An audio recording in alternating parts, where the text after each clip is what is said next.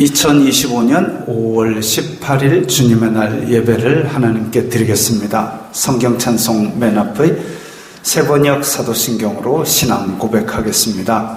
저는 전능하신 아버지 하나님 천지의 창조주를 믿습니다. 저는 그분의 유일하신 아들 우리 주 예수 그리스도를 믿습니다. 그분은 성령으로 잉태되어 동정녀 마리아에게서 나시고 본디오 빌라도에게 고난을 받아 십자가에 못 박혀 죽으시고 장사된 지 사흘 만에 죽은 자 가운데서 다시 살아나셨으며 하늘에 오르시어 전능하신 아버지 하나님 오른편에 앉아 계시다가 거기로부터 살아있는 자와 죽은 자를 심판하러 오셨습니다. 저는 성령을 믿으며 거룩한 공교회와 성도의 교제와 죄를 용서받는 것과 몸의 부활과 영생을 믿습니다. 아멘. 이 시간에는 일주일 동안 살면서 하나님 뜻대로 살지 않았던 것들을 각자의 목소리로 회개하는 기도를 다 함께 드리겠습니다.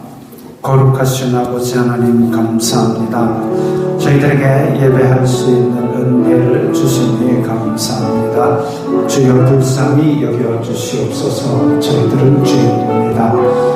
이 세상 속에 살면서 세상이 주는 육신의 정욕, 안목의 정욕, 이생의 자랑을 따라 사는 것을 용서하여 주시옵소서.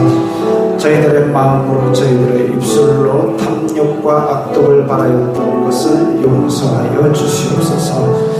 저희 죄를 자백하면 저는 미쁘시고 의로우사 저희들을 모든 죄와 허물에서 깨끗게 하신다는 말씀 의지하여 나아가오니 주여 저희들의 속에 정직한 영을 새롭게 하시고 죄 용서받은 기쁨을 회복시키시며 저희들 가운데 다시 구원의 감격을 회복시켜 주시사 다시 세상 속으로 힘차게 나아갈 수 있도록 도와주시옵소서.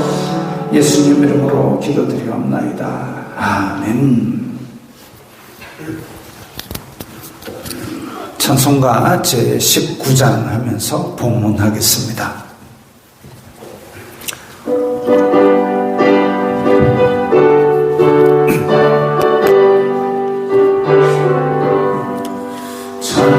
찬송하는 소리 있어 사랑 기뻐하도다.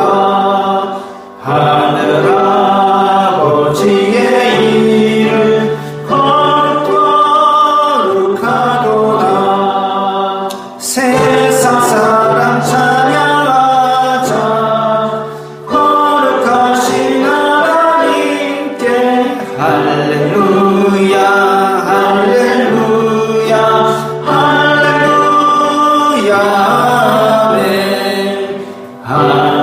하나님의 나라 권세 영원토록 있도다. 하나님의 영광 나라 거룩하도다. 하늘 보좌 계신 주님 세상 주관하시도다. 할렐루야.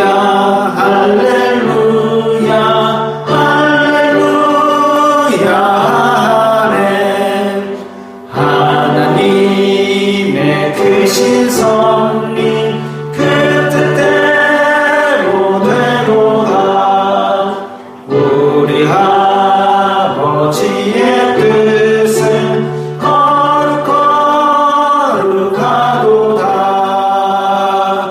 주여 속히 임하셔서 기쁜 날을 주옵소서. 할렐루야. 할렐루야.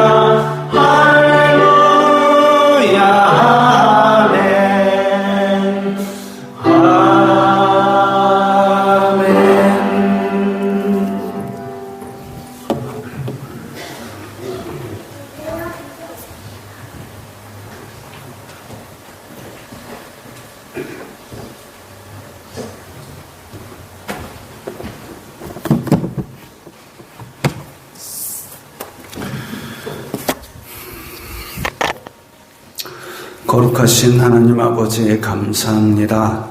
저희들에게 일용할 양식을 주시고 귀한 구원의 은혜를 내려주시니 감사합니다. 주님의 은혜 감사하여서 각기 예물을 드리오니 기쁘게 받아 주시옵소서.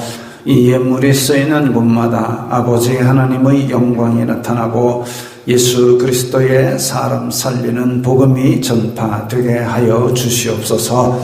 저희들은 이 땅에 사는 동안 물질이 필요합니다. 주님께서 풍성히 채워주시고 물질로 시험 들지 말게 하시고 오히려 주님께서 주시는 복으로 말미암아 세상 사람들이 하나님께 영광 돌리게 하여 주시옵소서. 저희 손에 들어온 물질이라 하더라도 저희들이 주님의 뜻대로 사용하는 청지기적 사명을 감당함으로 말미암아 물질로도 주님께 영광 돌리는 저희들 다 되게 하여 주시옵소서. 예수님 이름으로 기도드리옵나이다. 아멘.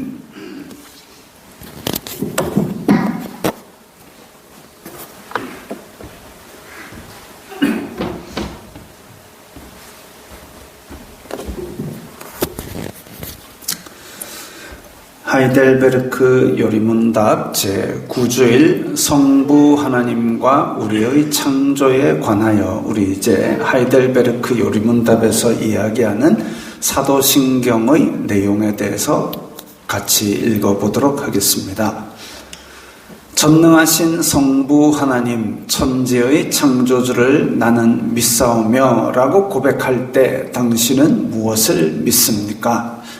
우리 주 예수 그리스도의 영원하신 아버지께서 아무것도 없는 중에서 하늘과 땅과 그 가운데 있는 모든 것을 창조하셨고 또한 그의 영원한 작정과 섭리로서 이 모든 것을 여전히 보존하고 다스리심을 믿으며 이 하나님께서 그의 아들 그리스도 때문에 나의 하나님과 나의 아버지가 되심을 나는 믿습니다.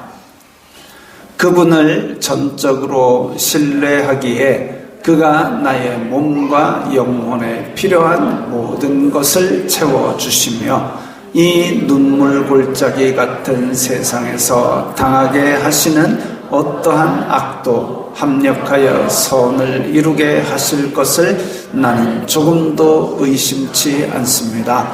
그는 전능하신 하나님이기에 그리하실 수 있고 신실하신 아버지이기에 그리하기를 원하십니다. 아멘. 찬송가 289장입니다.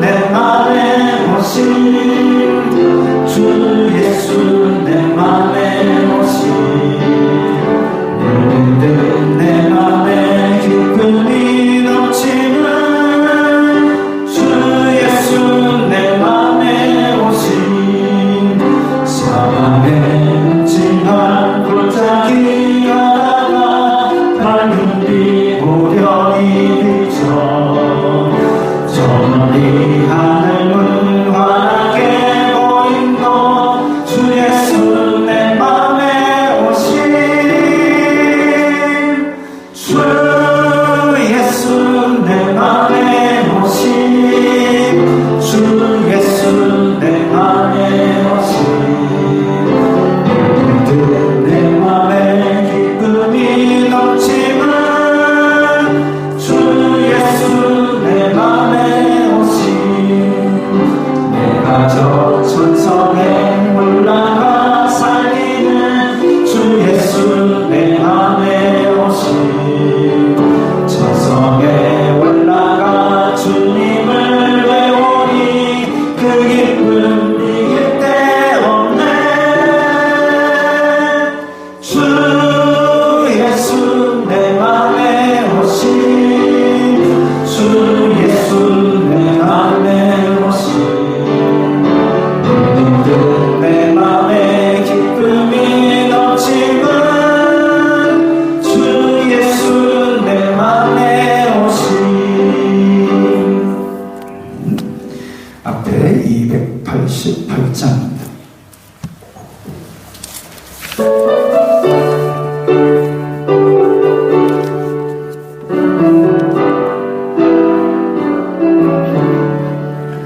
예수를 나의 구주 삼고 성령과 피로써 거듭나니 이 세상에서 내 영혼이 하늘의 영광 누리도다 이것이 나의 간증이요 이것이 나의 찬송일세 나 사는 동안 끊임없이 구주를 찬송하리로다 온전히 주께 맡긴 내 영 사랑의 음성을 듣는 중에 천사들 왕래하는 것과 하늘의 영광 보리로다 이것이 나의 간증이요 이것이 나의 찬송일세 나 사는 동안 끊임없이 구주를 찬송하리로다 주 안에 기쁜 누림으로 마음의 풍랑이 잔잔하니 세상과 나는 간 곳 없고 구속한 주만 보이로다 이것이 나의 간증이요 이것이 나의 찬송일세 나 사는 동안 끊임없이 구주를 찬송하리로다 아멘.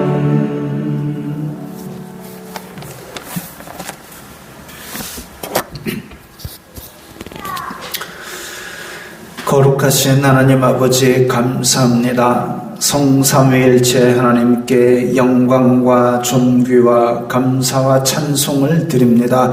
죄로 인해 죽은 저희를 십자가의 은혜로 구원하여 주심을 감사합니다.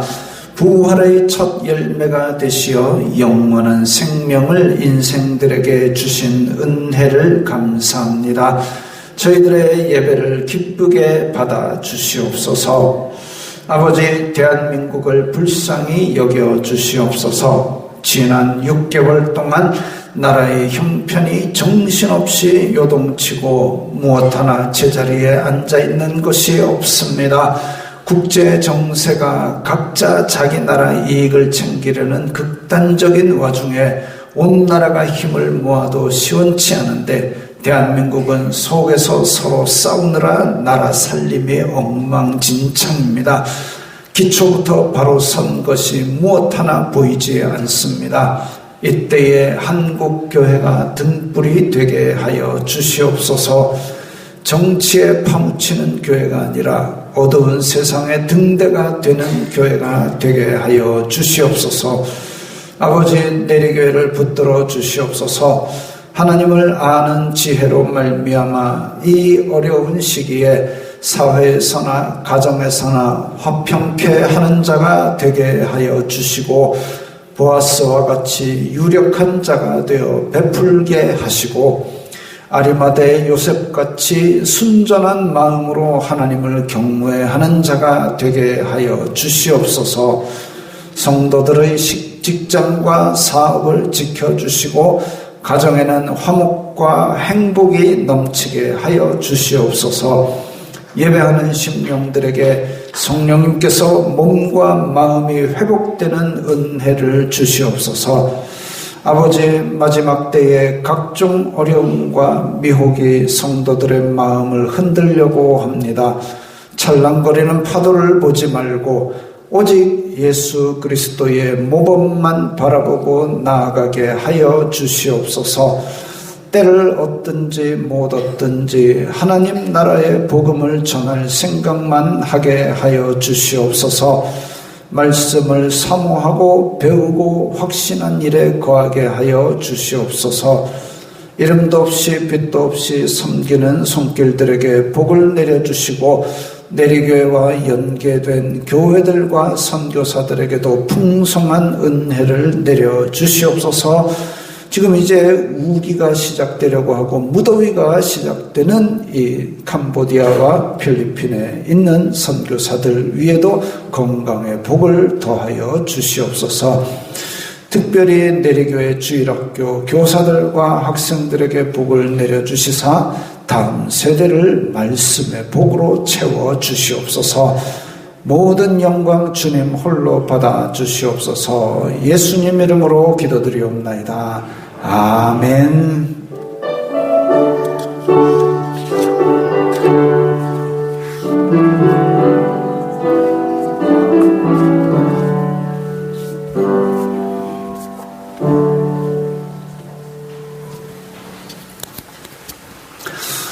오늘 말씀은 열왕기상 9장 10절부터 14절까지의 말씀입니다.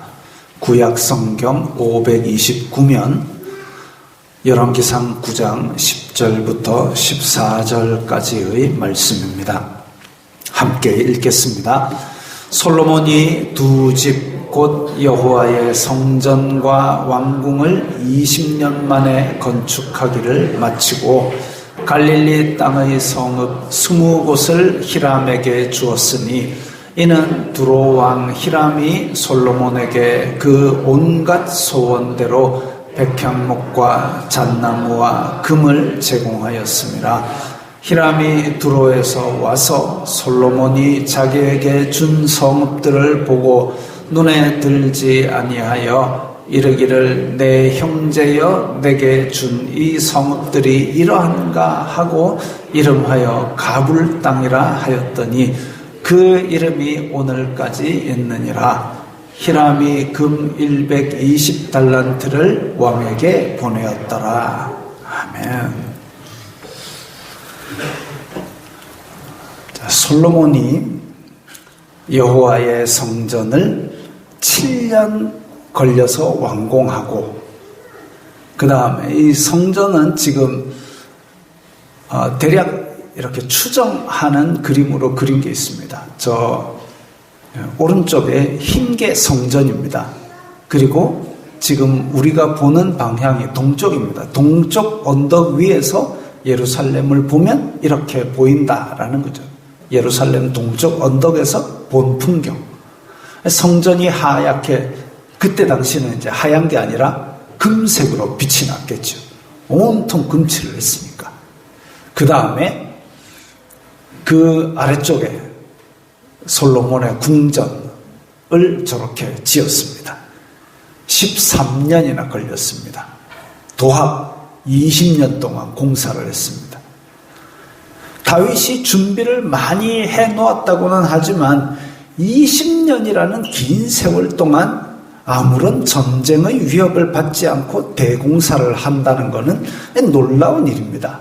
주변에 뭐 블레셋도 있고 아람도 있고 시리아도 있고 요르단도 있고 자잘구레한 나라들이 많은데, 그때 당시도 이제 이런 나라들이 있었나 모르겠지만 어쨌든 작은 나라들, 아랍권의 나라들 많이 있었을 겁니다. 근데 20년 동안 아무런 침범도 받지 아니하고 이렇게 대공사를 했다 이거죠. 20년 동안 백성들을 공사에 동원했지만 백성들의 삶에 직접적인 수익 창출이 없는 공사였습니다. 예를 들면 댐을 만든다, 관계 수로를 만들어서 농지를 정비한다, 이런 거는 직접적인 수익 창출이 되는 공사지요. 근데 그거 없이 지금 20년 동안 대공사를 계속해서 백성들을 동원했다? 나라 경제가 안 좋아졌을 겁니다. 세금을 걷어야 나라 살림을 돌릴 텐데 20년 동안 백성들을 동원해 놓으니까 백성들의 생산력도 좋지 않아서 세금이 제대로 거치지 않았을 겁니다. 다윗이 준비해 놓은 것도 아마 다 썼을지도 모르겠습니다. 근데 성전을 공사할 때는 백성들이 성전 완공을 간절히 바랬기 때문에 백성들도 영광으로 생각하고 기쁘게 공사를 했을 겁니다. 근데 그 여세를 몰아서 13년 동안 저 왕궁을 짓는다, 이건 과한 일입니다. 공사장에 동원됐다고 하면 생각을 해보십시오. 성전을 지을 때는 벽돌 한 장 한 장을 정성껏 쌓고 이럴 때 자기가 사명감을 느끼지 않겠습니까? 근데 그 밑에 이제 왕궁을 짓는데 아이고 이게 1년, 2년, 3년도 아니고 이게 뭐한 짓이고, 아이고 기둥 세우는데 끝도 없네, 그 생각.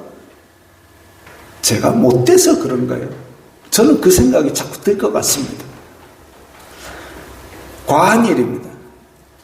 하나님보다 자신을 높이는 첫 단추를 끼운 겁니다.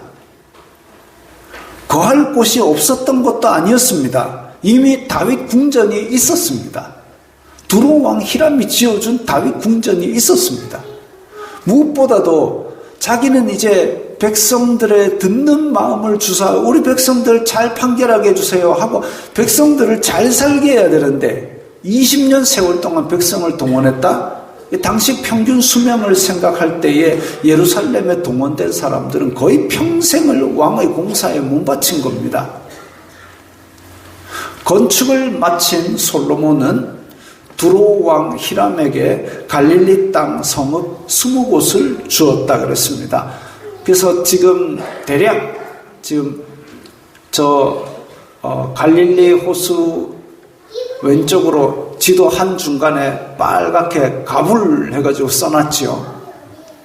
대략 저 땅입니다. 저 땅으로 추정하고 있습니다.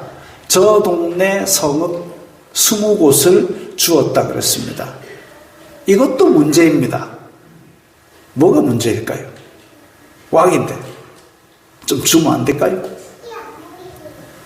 하나님께서 이 땅은 약속의 땅이라고 주셨습니다. 모든 땅은 내 것이니 너희가 팔지 말 것은 해가지고 토지의 소유는 하나님께 있고 너희들은 사용권을 가진 것이다 해가지고 각 지파별로 제비 뽑아 나눴습니다. 그렇게 해서 나중에 지파끼리 가족끼리 너무 가난하게 살아가지고 그 땅을 어쩔 수 없이 팔았을 경우에는 50년이 지나서 돌려주라. 왜? 땅은 내 건데 너희들은 사용권만 가지고 있다. 돌려줘라. 그래서 가난이 대물림 되지 않도록 하라. 그런 법을 주셨습니다. 그런데 왕이 하나님께 아뢰지도 않고 그 땅을 뚝 잘라서 외국 왕에게 주었다? 있어서는 안 될 일입니다. 일이 잘 되어가는 것처럼 보이지만 하나님과 동행하고 있는가 살펴보십시오. 9장 처음에 보면 오늘 우리 본문은 9장 10절이잖아요. 9장 1절부터 쭉 보면 하나님께서 다시 솔로몬에게 나타나사, 즉 성전 낙성식 할 때에 솔로몬이 하나님의 임재에 취해서 백성들에게 축복하고 하나님 앞에 기도합니다. 하나님, 우리가 죄를 지어서 먼 나라에 잡혀가도 이 성전 쪽을 향하여 무릎 꿇고 기도하면 그 기도를 들어주사 우리를 불쌍히 여겨주옵소서. 막 기도 잘했습니다. 까지는 좋았습니다. 그러고 나서 궁전 다 짓고 지금 20년이 지난 후에, 아니지, 성전 짓고 낙성식 했으니까 그 후에 13년이 지난 후에, 그리고 다시 하나님께서 나타나셔서 뭐라고 말씀하셨느냐? 나중에 집에 가서 읽어보십시오. 9장 1절부터 너 내 법을 지키면 내가 너를 지키겠지만 그렇지 않으면 이 성전 지어놔도 다 소용없다 라고 말씀하셨습니다. 그게 한 번 더 받는 다짐이자 경고로 보입니다. 성전을 짓고 나서 그 다음에 이제 9장 이후에 쭉 읽어보면 자기 지혜로 나라를 부강하게 한 것처럼 보이지만 우리가 냉철하게 하나님과 동행하는가 그 입장에서 보면 나중에 여로보암 얘기 나올 때까지 선지자 이야기, 하나님의 말씀 이야기 하나도 안 나옵니다. 그냥 솔로몬의 지혜에 반해서 사람들이 몰려와서 부자가 되었다까지는 나오는데 그동안 이방 여자 결혼하고 이방 신상 들여오고 말을 얻으려고 하나님께서 가지 말라 그랬는데 이집트에 가고 하나님께 물었더라 예배했더라는 얘기 하나도 없이 그냥 지잘난 맛에 착착착 일사천리로 일이 잘 진행됩니다. 그래서 우리가 잘 나간다 하더라도 하나님과 동행하는가 그거 잘 살펴봐야 된다는 거죠. 오늘 본문에서 히람에게 20고울을 왜 줬느냐 하면 그 온갖 소원대로 백향목과 잣나무와 금을 지금 두로에서 배를 타고 욥바로 제공하고 욥바에서 예루살렘으로 올렸습니다. 그렇게 제공했기 때문에 20고울을 주었다고 했습니다. 감사의 표시이자 답례라면 히람이 제공한 것에 상응하는 가치를 지닌 걸 줘야 됩니다. 히람이 두로에서 저 많은 나무들과 금을 실어가지고 도와줬으면 그러면 그 가치에 해당하는 그 무언가를 주는 게 맞죠. 그런데 당신이 사람을 보내어 하신 말씀을 내가 들었거니와 내 백향목 제목과 잣나무 제목에 대해서는 당신이 바라는 대로 할지라. 그야말로 한정없이 다 갖다 써. 그리고 맨 밑에 줄에 내 원을 이루어 히람의 말입니다. 나의 궁정을 위하여 음식물을 주소서 이랬습니다. 음식물을 주소서. 히람은 당시 전략기술에 해당하는 큰 목재 다루는 기술을 예루살렘에서 파견한 기술자들에게 전수해 주지는 않았지만 그 기술을 사용해서 솔로몬이 원하는 만큼 다 보내줬습니다. 무슨 말인가 하면 핵발전소, 원자력 발전소 기술 이전은 안 해줬지만 원자력 발전소 다 지어준 거랑 똑같습니다. 그때 당시에는 아주 중요한 기술이었던 큰 목재 다루는 기술, 솔로몬이 우리 일꾼들 보낼 테니까 걔네들 좀 가르쳐갖고 이거 좀 하게 해주세요 했는데 그거 아니고 다 배로 그냥 실어 보내줄게 해가지고 마음껏 다 쓰도록 주기는 줄 텐데 그 기술은 안 줬지요. 준다는 얘기 없습니다. 어쨌든 그거 다 주니까 그 대가로 나의 궁정을 위해서 음식물을 달라. 자, 아까 두로와 시돈 지역 보겠습니다. 지금 가불 땅 저 위에가 두로 시돈입니다. 아래쪽은 이제 이스라엘 땅인데 지금 너무 납작궁하게 그려놔가지고 지금 제대로 평야하고 산지가 안 나타나지만 두로와 시돈 쪽은 해안 좁은 평야를 따라서 도시들이 발달을 했습니다. 나머지는 저 노란 거는 산지입니다. 국토의 대부분이 저렇게 울창한 삼림이기 때문에 백향목, 제목 큰 나무들 많이 있죠. 근데 넓은 곡창지대가 없어가지고 곡식을 수입해서 먹었습니다. 경쟁할 땅이 많지 않아서 이스라엘에 식량을 많이 의존했습니다. 궁정을 위하여 음식물을 주소서, 그게 그런 의미입니다. 신약, 저 혼자 그래 생각한 게 아니라 신약 시대에도 그런 내용이 있습니다. 사도행전 12장에 보면, 자, 헤롯이 두로와 시돈 사람들을 대단히 노여워하니, 헤롯은 그때 갈릴리 지방을 다스리던 헤롯 안디바가 두로와 시돈 사람을 싫어했습니다. 이유는 잘 모르겠습니다. 그들의 지방이 왕국에서 나는 양식을 먹는 까닭에 두로와 시돈 사람들은 갈릴리 사람들이 수출하는 밥을 먹는 까닭에 한 마음으로 그에게 나와 왕의 침소 맡은 신하 블라스도를 설득하여, 지금 헤롯이 두로와 시돈에 대해서 기분 나빠가지고 잘못하면은 지금 이 밥줄이 위험해진 겁니다. 그래서 헤롯의 최측근, 왕은 언제 자기를 죽일지 모르기 때문에 침소 맡은, 자기 잠자리 맡은 신하, 음식 맡은 신하는 가장 최측근을 쓰게 되어 있죠. 그 최측근 블라스도를 설득하여 우리 두로와 시돈 사람들을 우리 헤롯 대왕은 아니죠. 헤롯 왕께서 만나 주시기를 좀 주선해 주십시오. 그렇게 한 거죠. 그래가지고 이 사절단을 보내는데 가가지고 우리 협상합시다, 이렇게 못합니다. 왜? 지금 갑은 헤롯이거든요. 그래가지고 목숨 걸고 아부할 사절단을 잔뜩 보냈습니다. 그야말로 해도 아름다운 목소리십니다, 나타나기만 해도 얼굴빛이 황송합니다, 이렇게 할 사람들을 그야말로 간과 쓸개 다 빼놓고 가도록 보냈죠. 그렇게 보냈는데 헤롯이 나를 택하여 그들을 만날 나를 이제 잡은 겁니다. 왕복을 입고 단상에 앉아 백성에게 연설하니, 역사가들에 의하면 금실을 넣어서 짠 옷을 아침 햇살을 맞으면서 번쩍번쩍하게 입고 나타났다 그랬습니다. 그러니까 자기도 지금 여기 가면 내가 방구를 껴도 사람들이 환호하겠지, 딱 그 보장을 받고 나오는 자리입니다. 그래가지고 딱 나가가지고 빛나는 옷을 입고, 제가 만약에 금색 옷을 입고 이 자리에 서면 여러분들 뭐라 생각하겠습니까?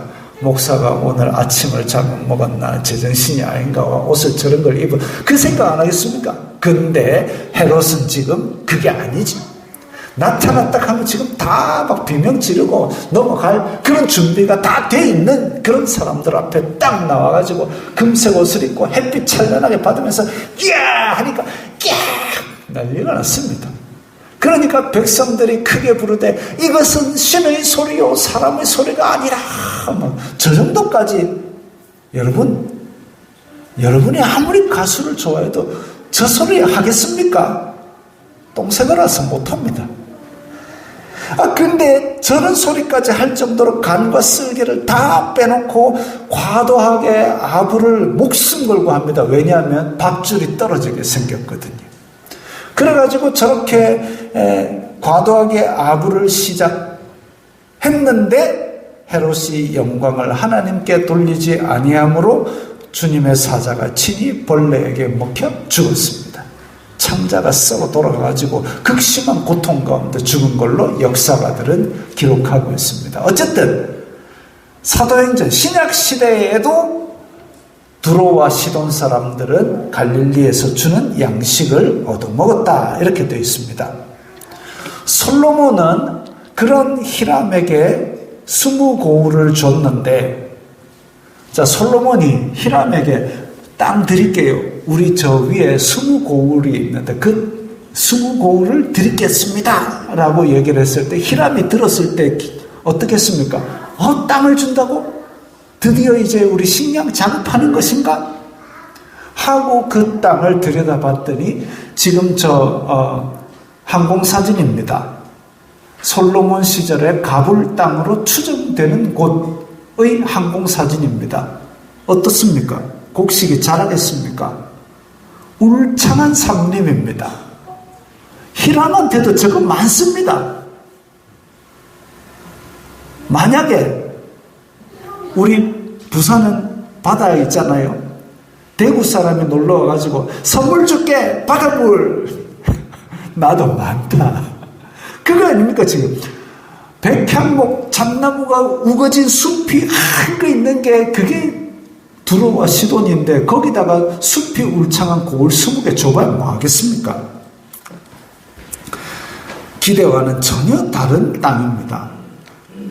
이거는 어디냐면 무기또 골짜기, 그러니까 갈릴리에서 조금 더 내려오면 있는, 그러니까 갈릴리 옆에 그 히람 있는 가불 땅 있는 지역 그 밑에 나사렛 동네가 있습니다. 나사렛, 그다음 갈릴리 가나, 이 동네는 아직도 산지입니다.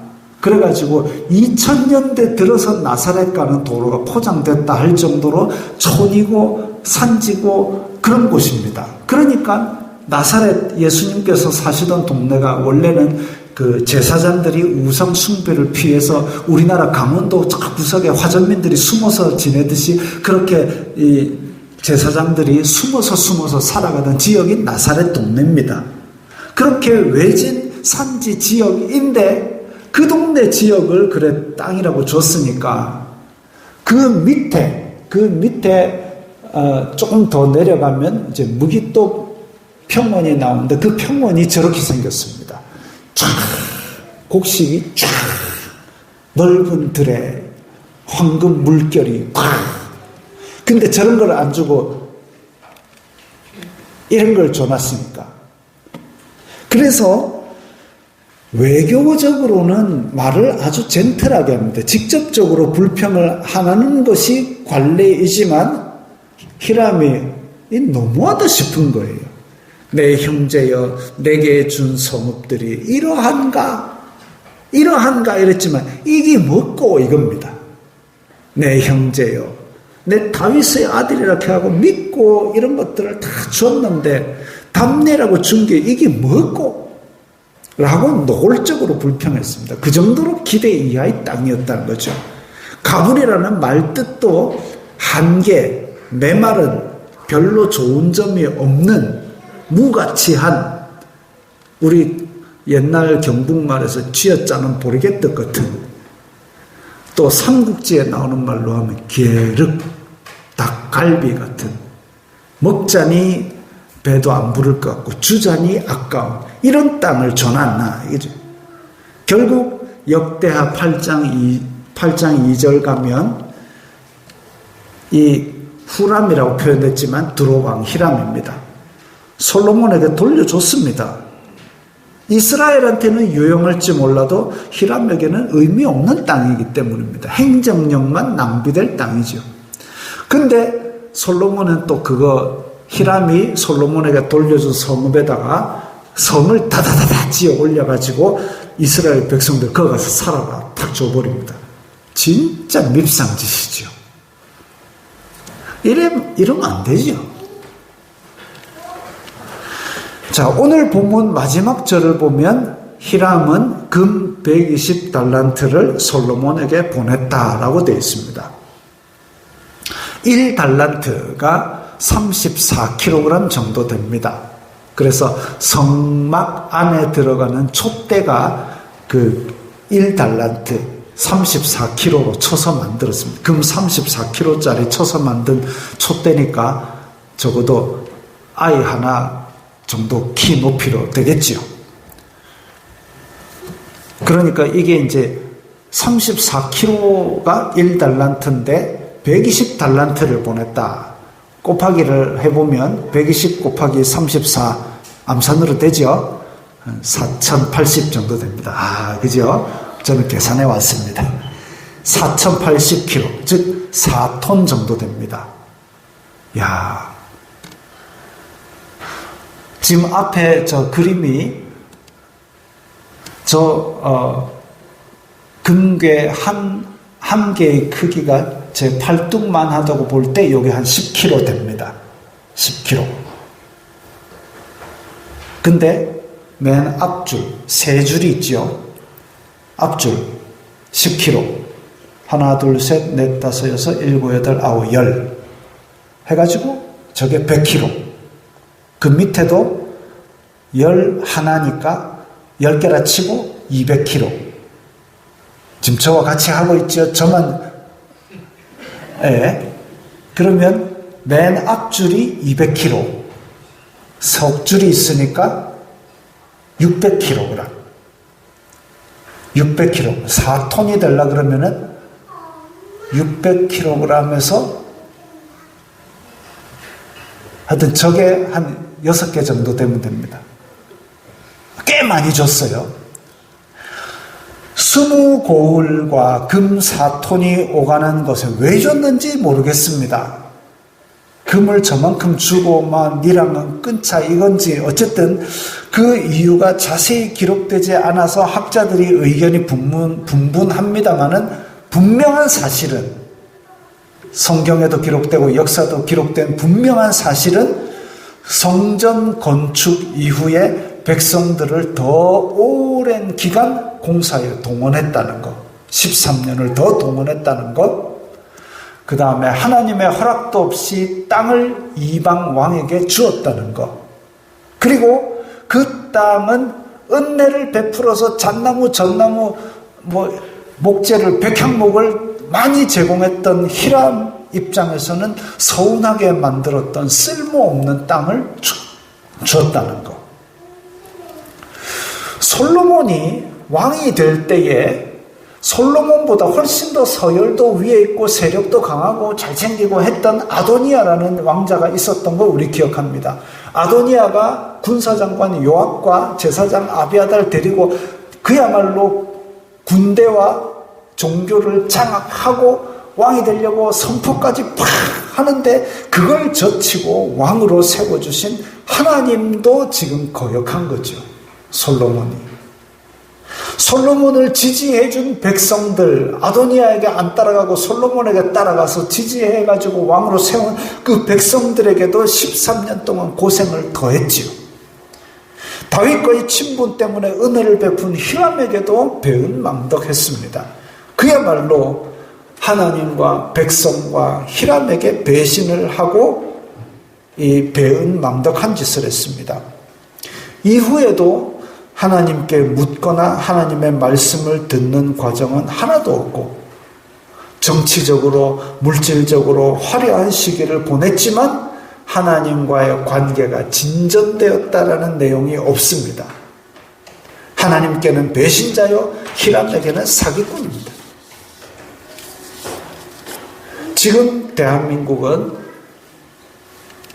대통령 선거 저걸 딱 보고 아이고 강 목사 누구 지지하는 없다 아니고요. 저 아래쪽에 보면 중앙선거관리위원회에서 제공한 사진입니다.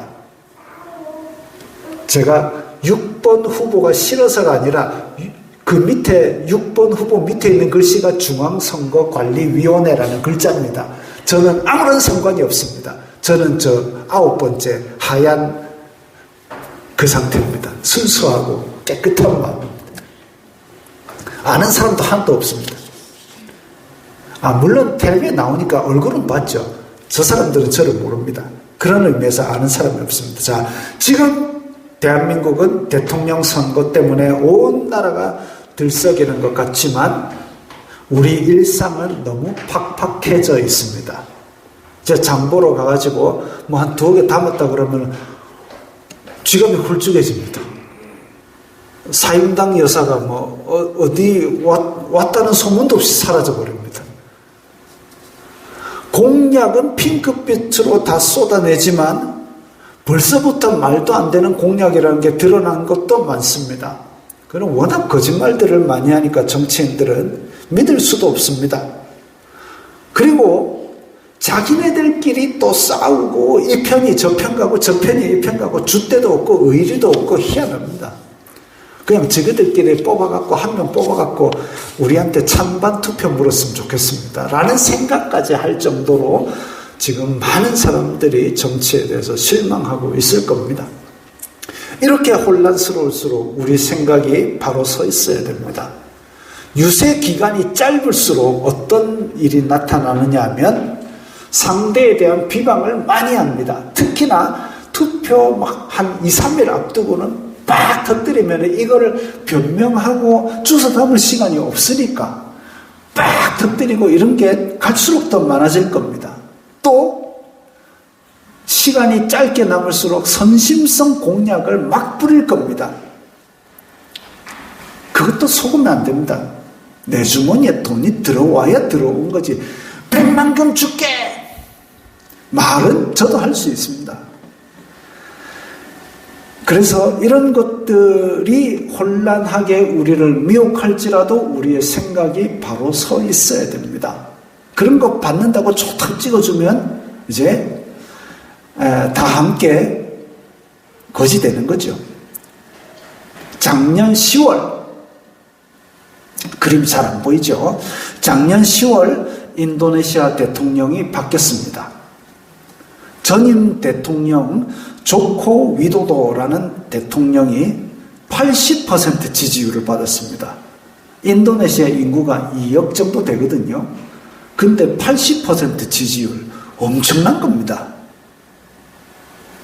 물가 상승과 만연한 부패, 그 대통령 재임 기간 동안에 물가가 엄청 올랐고 그 다음에 공직자들 다 부패해가지고 뒷돈 받고 이래가지고 지적받았지만 선거 앞두고 자기 장남이 37세인가 이랬는데 40세부터 부통령 출마가 가능한데 부통령 출마 가능하도록 법을 바꿔가지고 장남의 부통령 출마길도 열어주고 그 다음에 선거가 앞당겨 오니까 선거 즈음에서 돈을 엄청 풀었습니다. 우리 돈으로 한 40조 가까이 풀었나 그럴 거예요. 코로나 때 뿌린 돈만큼을 선거 앞두고 와라락 풀어가지고 복지정책을 엄청 시행했습니다. 좀 관건 선거 논란이 일었지만 어쨌든 백성들은 80%나 지지했어요. 왜? 밥 주거든요. 그 다음 대통령, 지금 신임 대통령 프라보워도 80.9% 지지율입니다. 야, 이게 뭐 공산당도 아니고 이렇게 지지율 높은 거는 그러니까 뭘 해도 우리는 지지한다 이거죠. 이 프라보워의 정책은 뭐냐면 전 학생 무상급식, 전 국민 건강검진, 생일날 나라에서 쿠폰이 나옵니다. 건강검진 쿠폰이 우리 돈으로 한 17만 원쯤 되는, 그래서 쫙 검진 다 할 수 있는 그런 돈이 나옵니다. 생일 선물이죠. 나라가 주는 생일 선물. 그 다음에 최저임금 6.5% 인상. 근데 인도네시아 법에 재정적자가 3% 넘으면 안 된다는 법이 있답니다. 재정적자가 3% 넘으면 안 된다. 근데 전 학생 무상급식, 전 국민 건강검진, 최저임금 6.5% 인상 이러면 이 돈 어디서 나옵니까? 그래서 3% 재정적자를 안 하기 위해서 이제 세금을 더 받아야 되는데 세금 인상 계획도 철회했습니다. 그 다음에 그 무슨 에너지에 관련된 보조금 주는 것도 원래는 깎기로 했는데 그것도 계속 지원한대요. 퍼주는 쪽으로 정책은 다 만들고 그럼 결국 뭐 하느냐? 중앙정부 허리띠 졸라맨다. 중앙정부 연필 지우개 다 너희 돈으로 샀어라. 불도 켜지 마라. 출장도 가지 마라. 출퇴근 집에서 해라. 뭐 이런 식으로 자꾸 이제 예산을 깎고 그 다음에 보건복지부 의약품 조달 예산 대폭 삭감. 복지부, 보건부에서 의약품을 안 사준답니다. 대학 지원 대폭 삭감. 연구개발 대폭 삭감. 도로 교량 같은 인프라 건설 예산 대략 삭감. 그러니까 이런 나라가 진짜 해야 될 일에 대해서 예산을 거의 70%에서 90%까지 깎아버렸습니다. 왜? 선심성 공약, 그 돈으로 다 백성 퍼준다고. 그 이제 한편으로는 내수 진작을 통해서 성장 동력을 이제 해외가 아니라 국내에서 만들어 보겠다라고 그렇게 하는 정책의 방향으로 보입니다만은, 인도네시아가 이때까지 경제 발전한 원동력이 뭐냐 하면 외국계 회사들이 투자하고 공장 짓고 에너지 개발하고 외국 기업 유치하고 이런 걸로 인도네시아 경제 발전이 이루어졌는데, 지금은 이제 정책이 그렇게 해가지고 그 돈 가지고 다 백성 퍼다 주다 보니까 통화 가치가 뚝뚝 떨어지고, 지금 앞에 보이는 그래프가 인도네시아 주가입니다. 쭉 올라가다가 갑자기 뚝 떨어지죠. 저게 이제 신임 대통령이 정책을 시행하고 나섭니다. 인도네시아 주가 지수는 폭락 중이고 통화 가치는 뚝뚝 떨어지고 난리가 났습니다. 물가는 오르고 있습니다. 백성들이 학생 무상급식과 건강검진만 가지고 그렇게 즐겁게 살 수 있을까요? 라면 하나가 이제 우리 돈으로 막 5만 원씩 하고 이렇게 되는 걸 맛보게 되면, 자, 그래서 선심성 공약을 뿌려대고 상대방 후보 비방하고 이런 것들이 우리의 마음을 혼란케 하지 않도록 조심해야 된다는 거죠. 9장부터, 열왕기상 9장부터 계속 읽어보시면 이제 솔로몬이 저렇게 화려하게, 궁전에 화려하게 꾸미고 저 금사자도 올려놓고 상하궁도 짓고 난리가 납니다. 솔로몬은 신나게 왕노릇 하지만 백성들은 힘들어서 배신감을 느끼고 하나님은 침묵하셨습니다. 우리도 왜 아이가 이거 사주세요 하고 때렸으면 네 마음대로 해라 하고 딱 다물어 버리죠.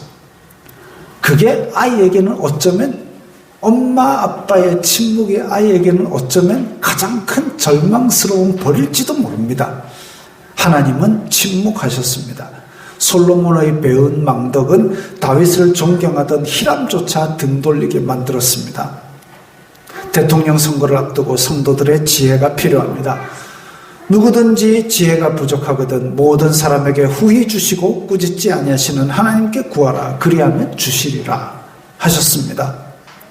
각각 지지하시는 후보가 다 있을 겁니다. 1번부터 6, 몇 번까지 다 있을 겁니다. 왜 내가 저 사람을 지지하는지 냉철하게 판단하시고, 그리고 다른 후보를 지지하는 사람들이라도 서로 존중하십시오. 지금 밖에 나가면요, 아이고 니 그 사람 지지하나, 머릿속에 뇌가 있나 없나, 서로 존중하십시오.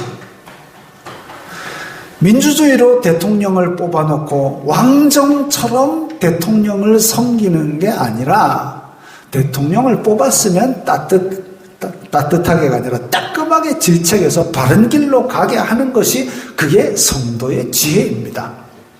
그렇게 하면 저 화려한 솔로몬, 그러나 하나님이 떠난 솔로몬보다 우리 지금 힘들고 있는 대한민국의 대통령일지라도 솔로몬의 통치보다 나은 대한민국을 우리가 만들어갈 수 있을 것입니다.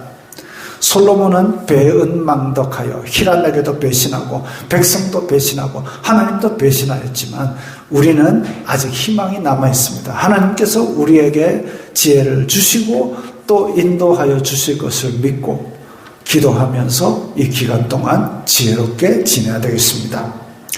결단하는 기도를 다 함께 드리겠습니다. 하나님, 대한민국을 불쌍히 여기사 우리가 지혜롭게 지도자를 선택하고 우리가 지혜롭게 처신하게 하옵소서. 다 함께 결단하는 기도를 드리겠습니다. 거룩하신 아버지 하나님, 감사합니다. 저희들이 이 땅에 사는 동안 여러 가지 미혹해하는 것들이 많지만, 오직 주님께서 주시는 지혜로 말미암아 이 하나님의 뜻을 간구하면서 저희들이 이 땅에서 저희들의 생활 가운데 하나님의 뜻을 이루어가길 원합니다. 투표로 누가 되든지 간에 저희들이 할 수 있는 것은 오직 저희들의 삶의 영역에서 하나님의 뜻이 이루어지는 것일진데, 지금 대한민국은 너도 나도 다 갈려서 싸우느라 바쁘고 미혹되고 정신없이 지내고 있습니다. 아버지, 그러나 솔로몬이 하나님도 배신하고 히람도 배신하고 백성도 배신하였던 그 배은망덕의 역사가 되지 않도록 저희들은 하나님을 경외하는 것을 가장 우선에 두고, 그리고 지도자를 뽑고 지도자를 인도해 나가는 과정 가운데서 하나님께 지혜를 묻는 그런 성도들이 다 되게 도와주시옵소서. 저희들의 가운데 성령님의 지혜가 있기를 심히 간구하오니 들어응답하여 주시옵소서. 예수님 이름으로 기도드리옵나이다. 아멘. 성자들의 일진하겠습니다.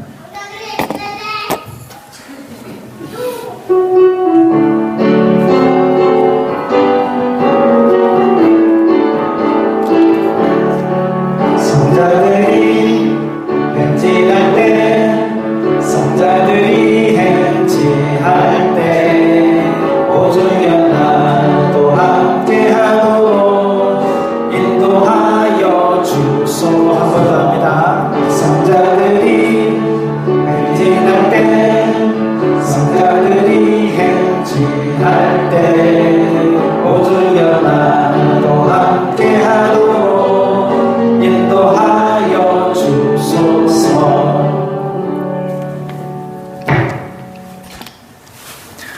주 예수 그리스도의 은혜와 하나님 아버지의 사랑과 성령 하나님의 교통하심이 너희 무리와 함께 있을지어다. 아멘.